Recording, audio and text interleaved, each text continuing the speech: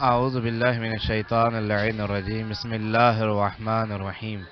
الحمد للہ الذی لا یبلغ مدحتہ القائلون ولا یحصی نعماءہ العادون ولا یؤدی حقہ المجتہدون الذی لا یدرکہ بعد الہمم ولا ینالہ غوث الفتن الذی لیس لصفتہ حد محدود ولا نعت موجود ولا اجل ممدود والصلاة والسلام على أشرف الأنبياء والمرسلين جد الحسن والحسين أبي القاسم محمد اللهم صل على محمد وآل محمد وعلى أهل بيته الطيبين الطاهرين المعصومين المظلومين سيما بقية الله الأعظم روحي وأرواحنا له الفداء أما بعد قال رسول الله صلى الله عليه وآله وسلم حسین منی وانا من الحسین احب اللہ من احب حسینا۔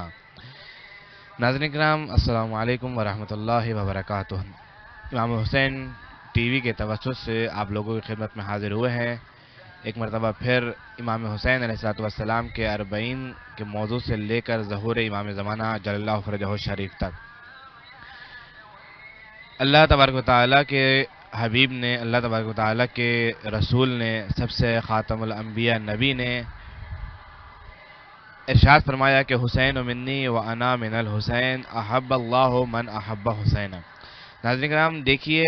کہ آج تک جب بھی دنیا کا قانون ہے کہ جب بھی ہم اولاد کو نسبت دیتے ہیں باپ سے تو یہ چیز سمجھ میں آتی ہے کہ اولاد باپ سے ہے، اولاد اپنے آباء و اجداد سے ہے، لیکن اللہ کے رسول نے اس مقام پر یہ ارشاد فرما دیا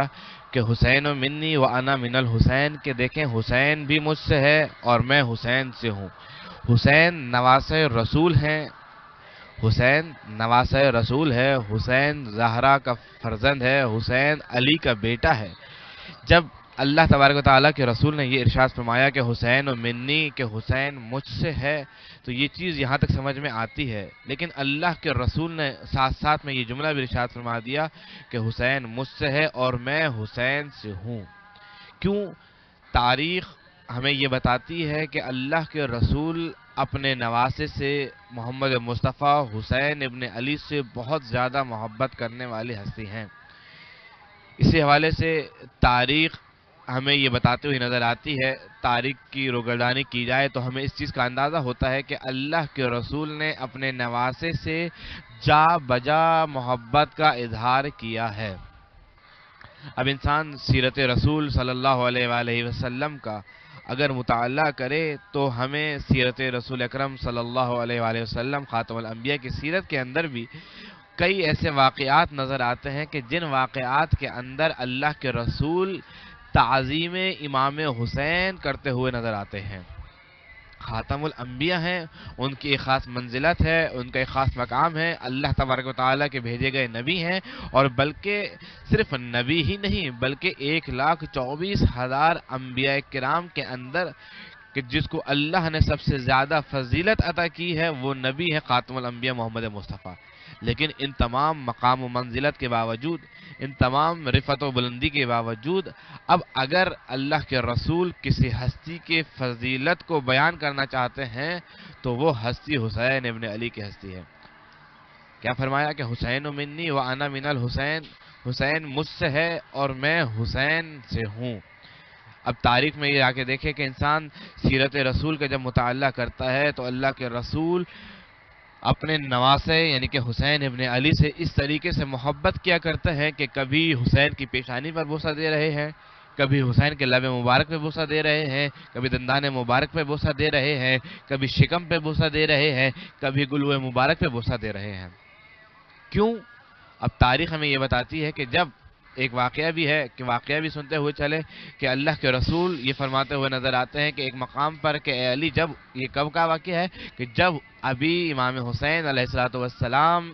کم سنی کے عالم میں، صغر سن میں ہے، بالکل کم سنی کے عالم میں اور کسی مقام پر کھیل کود میں مصروف ہے، تو جیسے ہی اللہ کے رسول آگے بڑھے ہیں اور آگے بڑھنے کے بعد اس وقت امیر المؤمنین علی ابن ابی طالب علیہ الصلوۃ والسلام سے اللہ کے رسول نے جملہ ارشاد فرمایا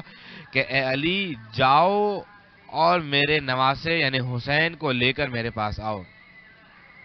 کیا فرمایا اللہ کے رسول نے کہ اے علی جاؤ اور میرے نواسے حسین کو میرے پاس لے کر آؤ۔ اب تاریخ بتاتی ہے کہ امیر المومنین علی ابن ابی طالب علیہ الصلوۃ والسلام جاتے ہیں، اور جانے کے بعد جب حسین ابن علی کو، جب امام حسین علیہ الصلوۃ والسلام کو اللہ کے رسول کے فرمان کے مطابق امیر المومنین نے گود میں اٹھایا ہے، اور گود میں اٹھانے کے بعد اب رسول کی خدمت میں لے کر آئے ہیں،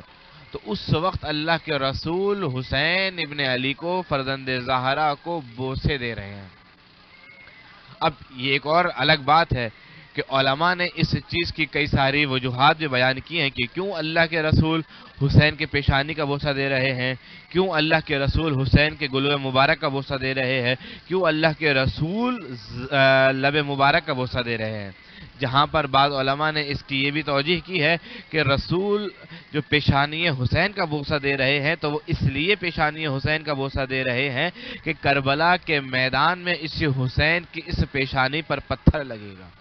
اللہ اکبر! کون ہے حسین؟ کہ جو دین محمد کو بچانے کی ذمہ داری لیتے ہوئے کربلا میں وارد ہوئے ہیں، اور اب حسین ابن علی کو کہ جو دین محمد کو بچانے کے لیے آئے ہیں، پیشانی پر پتھر مارا جا رہا ہے۔ یہ اس ایک علماء نے اس کی بھی توجیہ کی ہے، بیان کیا ہے کہ شاید وجہ یہ ہو کہ پیشانی حسین پر بوسہ دینے کی وجہ یہ ہو کہ پتھر لگے گا حسین کی پیشانی پر، لیکن تاریخ ہمیں یہ بھی بتاتی ہے،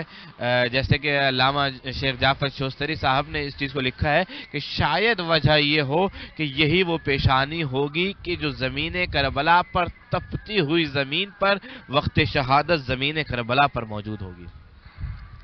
اور پھر اللہ کے رسول نے صرف رسول حسین کے پیشانی پر ہی بوسہ نہ دیا،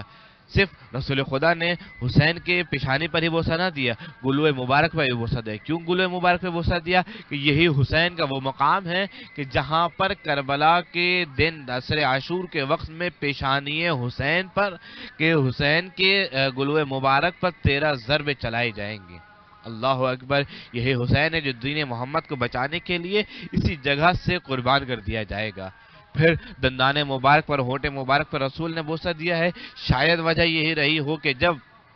یہی حسین کا سر ہوگا، جب سر کو تن سے جدا کر دیا جائے گا اور ملعون کے سامنے پیش کیا جائے گا، تو وہ ملعون ہے کہ جو نواسے رسول کی بے حرمتی کرتے ہوئے ایک چھڑی ہے کہ جو حسین کے لب مبارک پر، دندان مبارک پر مار رہا ہے۔ اللہ اکبر! اب انسان نواسے رسول کی اور رسول اکرم صلی اللہ علیہ وآلہ وسلم کی محبت کا اندازہ لگائے کہ اللہ کے رسول زندگی میں جگہ جگہ، جا بجا، ہر مقام پر حسین کی معرفت کرانا چاہ رہے ہیں ان لوگوں کو کہ اے لوگوں جان لو یہ میرا حسین ہے، اے لوگوں جان لو یہ میرا نواسا ہے، اے لوگوں جان لو یہی میری بیٹی کا بیٹا حسین ابن علی ہے۔ اور حسین کی منزلت اس مقام سے بھی آگاہ ہو جاتی ہے کہ جب اللہ کے رسول مسجد میں بیٹھے ہیں، اور مسجد میں بیٹھے ہوئے کئی ہزار لوگوں کا مجمع ہے، کئی سارے اصحاب موجود ہیں، تشریف فرما ہے کہ اللہ کے رسول خطبہ ارشاد فرما رہے ہیں، اور اسی خطبے کے درمیان جب حسین کمسنی کے عالم میں مسجد میں داخل ہوتے ہیں اور قمیص کے دامن سے پھنس کے ایک مرتبہ امام حسین جیسے ہی زمین پر گرے ہیں، تو اللہ کے رسول کے جو خطبہ دے رہے ہیں، کہ جو دین خدا پہنچا رہے ہیں، کہ جو تمام اصحاب کے مجمع میں موجود ہیں، جیسے ہی حسین پر نگاہ پڑی ہے اللہ کے رسول کی، اس وقت منبر کو چھوڑا ہے، خطبے کو چھوڑا ہے، دین کو چھوڑا ہے، ان تمام چیزوں کو چھوڑنے کے بعد اب چلے ہیں حسین کی جانب۔ کون چلے ہیں؟ اب چلے ہیں حسین کی جانب۔ رسول خدا صلی اللہ علیہ وآلہ وسلم تمام چیزوں کو چھوڑنے کے بعد اب یعنی رسول یہ بتانا چاہ رہے ہیں کہ دیکھو اگر دین ہے تو حسین ابن علی کی وجہ سے ہے، دین کی بقا ہے تو حسین ابن علی کی وجہ سے ہے۔ اللہ کے رسول نے اپنا خطبہ بھی چھوڑا، منبر بھی چھوڑا، اپنی تبلیغ بھی چھوڑی، اب گئے ہیں حسین ابن علی کو اٹھایا ہے۔ ایک مرتبہ تاریخ یہ بتاتی ہے کہ اللہ کے رسول جانے کے بعد حسین کو اپنی گود میں اٹھاتے ہیں، گود میں اٹھانے کے بعد لاتے ہیں، اپنے زانوں پہ بٹھاتے ہیں۔ اب اب دیکھیے ہوتا کیا ہے کہ جب خطیب کبھی اپنے منبر پہ ہوتا ہے اور کوئی گفتگو کر رہا ہوتا ہے اور کوئی خلل آ جائے، اور خلل آنے کے بعد جب دوبارہ گفتگو کو اسٹارٹ کرتا ہے، جب دوبارہ گفتگو کو شروع کرتا ہے تو اسی مقام سے شروع کرتا ہے جہاں وہ چھوڑا ہوتا ہے۔ لیکن تاریخ ہمیں یہ بتاتی ہے کہ جب اللہ کے رسول نے اپنا خطبہ چھوڑا، اپنا منبر چھوڑا، اپنی تبلیغ چھوڑی اور جانے کے بعد حسین ابن علی کو اٹھایا ہے زمین سے، اور ایک مرتبہ اٹھانے کے بعد گود میں لا کے بٹھایا ہے، اب اللہ کے رسول نے یہ جملہ نہیں کہا کہ میں یہ بات کہہ رہا تھا، بلکہ اب اللہ کے رسول نے اپنی تبلیغ کا رخ موڑا ہے، اپنی گفتگو کا رخ موڑا ہے، اور ایک مرتبہ حسین کے فضائل پڑھنا شروع کیے ہیں۔ توجہ ہے، یعنی اللہ کے رسول نے اپنے تمام کے جو گفتگو چل رہی تھی اس گفتگو کو موڑنے کے بعد اب بتایا ہے کہ دیکھو حسین کی اہمیت کیا ہے، اور یہی حسین ہے کہ جس حسین نے اللہ کے رسول کی بقا کی خاطر اپنا مدینہ بھی چھوڑا، اپنا شہر بھی چھوڑا، قبر رسول بھی چھوڑی ہے، اور یقیناً انسان کے لیے یہ ایک اذیت کا سبب ہے۔ امام معصومین علیہ السلام میں سے ہر امام پر مصیبتیں ڈھائی گئی ہیں، لیکن امام حسین علیہ السلام کا جو لقب دیا گیا ہے وہ ہے صاحب المصیبہ، مصیبتوں والے، سید الشہداء، تمام کے تمام شہداء کا سردار۔ اسی طریقے سے امام کے بہت سارے القابات ہیں کہ جو امام کی مظلومیت کو بیان کرتے ہوئے نظر آتے ہیں۔ عزیزان گرامی، کہ جب امام حسین نے مدینہ چھوڑا ہے تو اب انسان اندازہ لگائے کہ اپنے وطن کو چھوڑنا کتنا مشکل کام ہے، اور پھر حسین ابن علی نے فرزند زہرا نے اکیلا وطن نہ چھوڑا، بلکہ جب وطن کے ترک کرنے کا وقت آیا تو ایک مرتبہ حسین بھی نکلے ہیں، حسین نے اپنے جوانوں کو بھی ساتھ لیا ہے، حتیٰ کہ حسین ابن علی نے اپنے چھوٹے چھوٹے نونہال بچوں کو بھی اپنے ساتھ لیا ہے، اور ان کے ساتھ ساتھ اپنے گھر کی عظیم خواتین کو بھی اپنے ساتھ لیا ہے۔ وجہ کیا ہے کہ جہاں پر حسین ابن علی، کہ جہاں پر فرزند زہرا نانا کے دین کو بچائے گا، وہیں پر یہ بنت رسول ہے کہ جو نانا کے دین کی اور تبلیغ کریں گی اور اس کو اور آگے تک لے کر جائیں گی۔ جب کربلا کے میدان میں حسین کا امتحان ختم ہو جائے گا تو یہی زہرا کی بیٹی ہوگی زینب کہ جو اس دین کی تبلیغ کو اور آگے لے کے چلے گی۔ اس کاروان کی سالار اب بنے گی زینب کبریٰ۔ تو عزیزان گرامی، حسین نے دین خدا کی خاطر، دین رسول کی خاطر، محمد مصطفیٰ کے دین کی خاطر ایک مرتبہ مدینہ چھوڑا ہے۔ اب مدینہ چھوڑنے کے بعد مکہ پہنچے ہیں۔ اب مکہ پہنچنے کے بعد بھی کہ جب تمام کے تمام امت مسلمہ خانہ خدا کے اندر جمع ہو رہی ہے، اس وقت نواسۂ رسول اس مکے کو چھوڑ رہے ہیں۔ اب انسان اس سے عظمت امام حسین علیہ السلام کا اور مصیبت امام حسین علیہ السلام کا اندازہ لگائے کہ جب تمام کے تمام امت مسلمہ مکے وارد ہو رہی ہے اور اس وقت نواسۂ رسول ہے کہ جو اس نواسۂ رسول مکے کو چھوڑ رہے ہیں، خانہ خدا کو چھوڑ رہے ہیں۔ یہ اپنا رسول اللہ کیوں مکے کو چھوڑ رہے ہیں، کیوں خانہ خدا کو چھوڑ رہے ہیں؟ تو شاید وجہ یہی بتاتے ہوئے نظر آئے کہ اگر آج حسین خانہ خدا کے اندر رہ گیا تو اس خانہ خدا کی بے حرمتی ہو جائے گی، اس کی حرمت کو پامال کر دیا جائے گا۔ حسین ابن علی نواسۂ رسول زہرا کا لال یہ بتانا چاہتا ہے کہ اگر حسین کو مکے کو چھوڑنا پڑے، خانہ خدا کو چھوڑنا پڑے، تو حرمت کعبہ کی خاطر حسین کعبہ کو چھوڑے گا، حسین کربلا کو آباد کرے گا۔ اب حسین نے کعبے کو چھوڑا ہے، مکے کو چھوڑا ہے اور کربلا کو آباد کیا ہے۔ اب حسین کربلا کے سرزمین پر وارد ہو چکے ہیں۔ حسین ابن علی کی ہستی، حسین ابن علی کی ذات وہ ذات ہے کہ جس پر کئی ایک مصیبتیں ڈھائی گئی ہیں۔ اب یقیناً یہ تعین کرنا بہت ہی مشکل کام ہے کہ کون سی مصیبت حسین ابن علی کی سب سے بڑی مصیبت ہے۔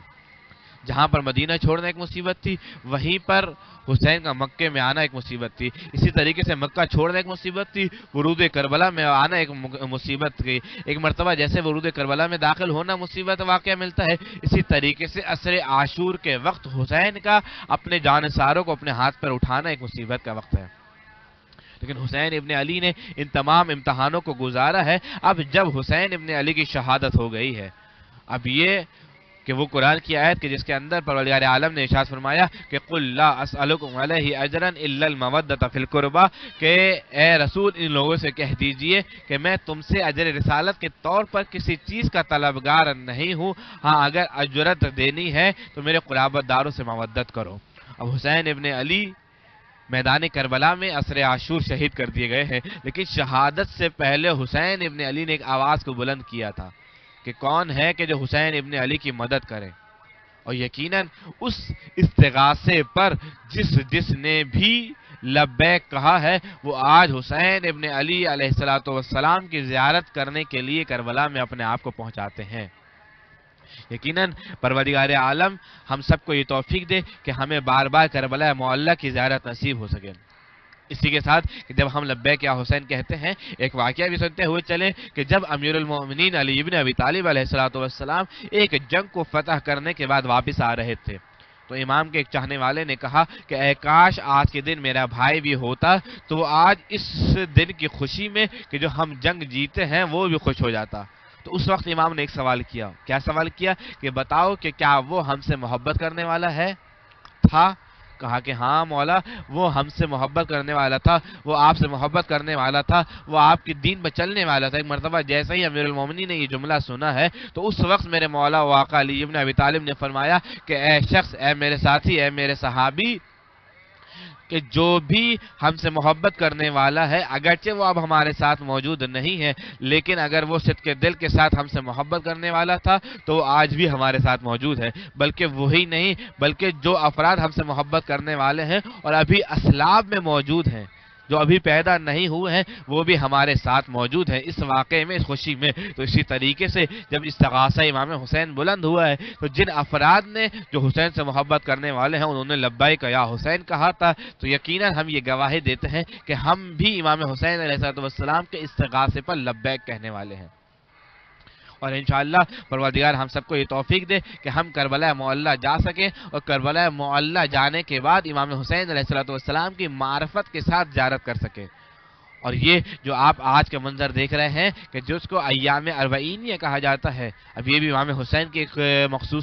خصوصیت ہے کہ 40 یہ چہلوں میں امام حسین علیہ السلام امام حسین کے ساتھ خاصیت رکھتا ہے۔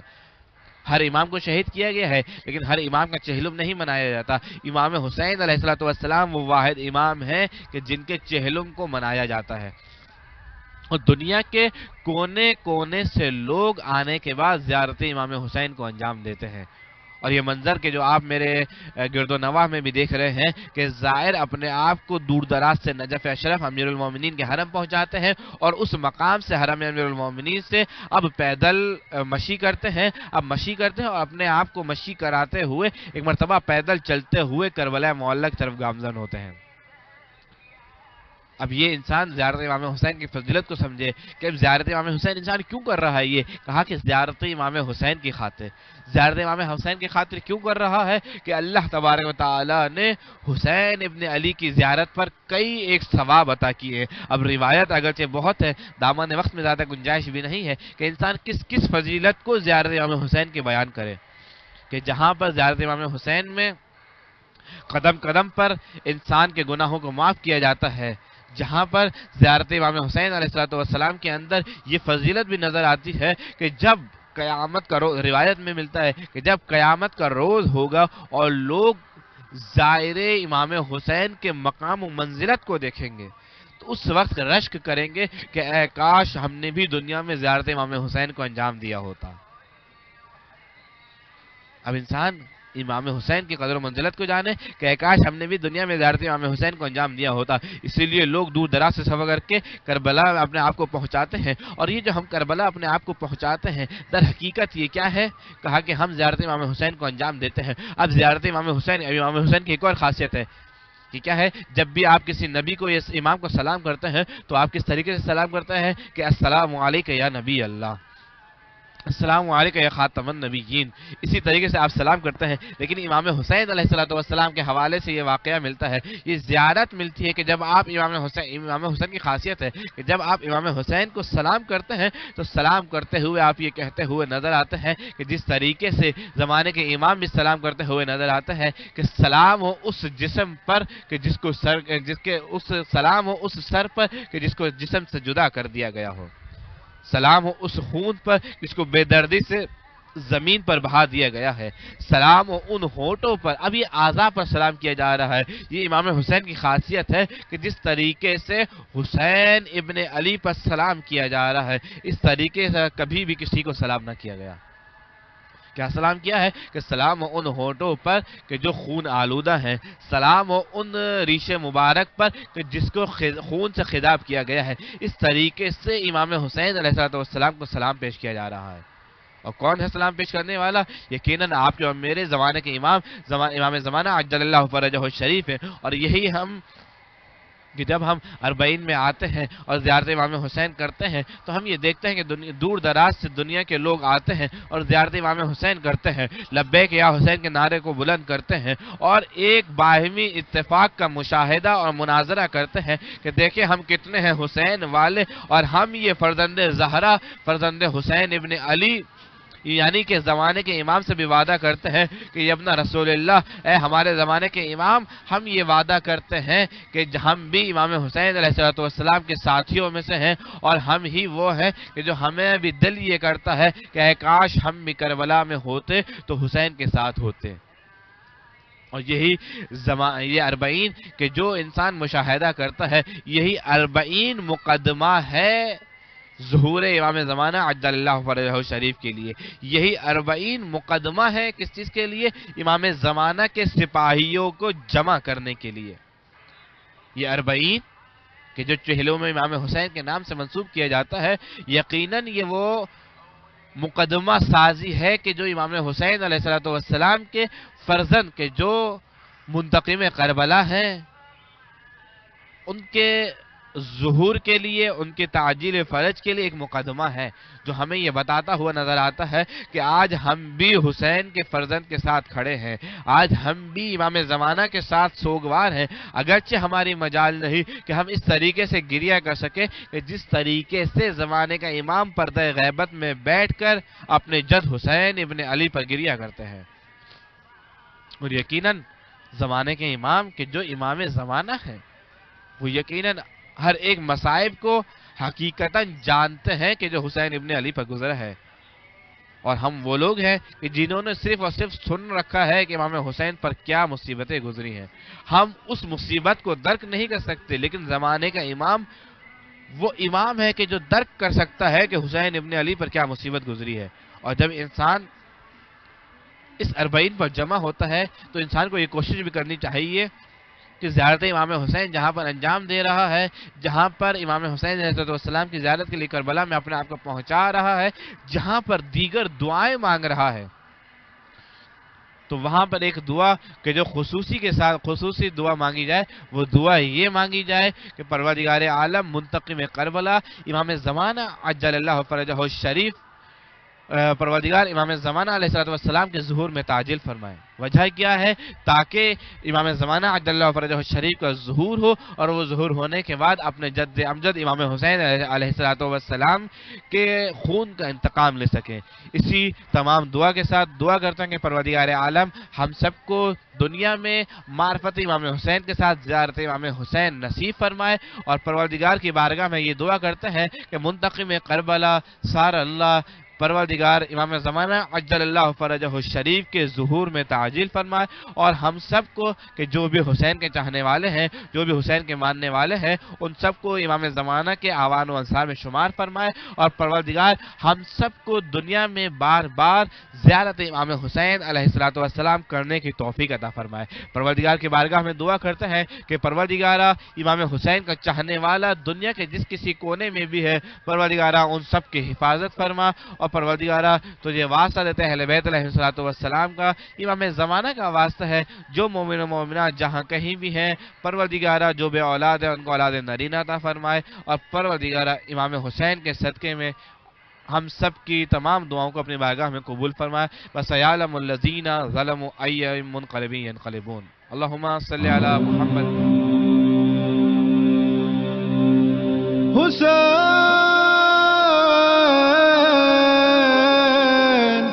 حسین